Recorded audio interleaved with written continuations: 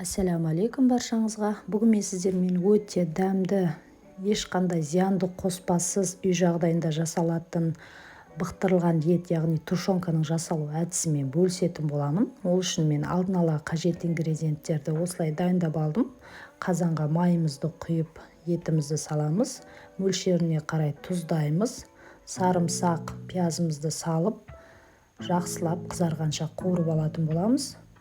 Қызыл бұрыш саламыз. Лабыр жапырағын салсаңыздар да болады. Мен өзім құрғатылған аскөктерді пайдаландым. Аз мөлшерде 100 граммдай су құйып, баяу отта 1,5-2 сағатқа бұқтырып пісіретін боламыз. Осы аралықта банкілерімізді дайындап аламыз. Міне менде 3 банка тушенка шықты. Суығаннан кейін тоңазытқышта сақтайтын боламын. Тушенканы осылай гарнир ретінде күрішпен немесе басқа да гарнирлермен берсеңіздер болады.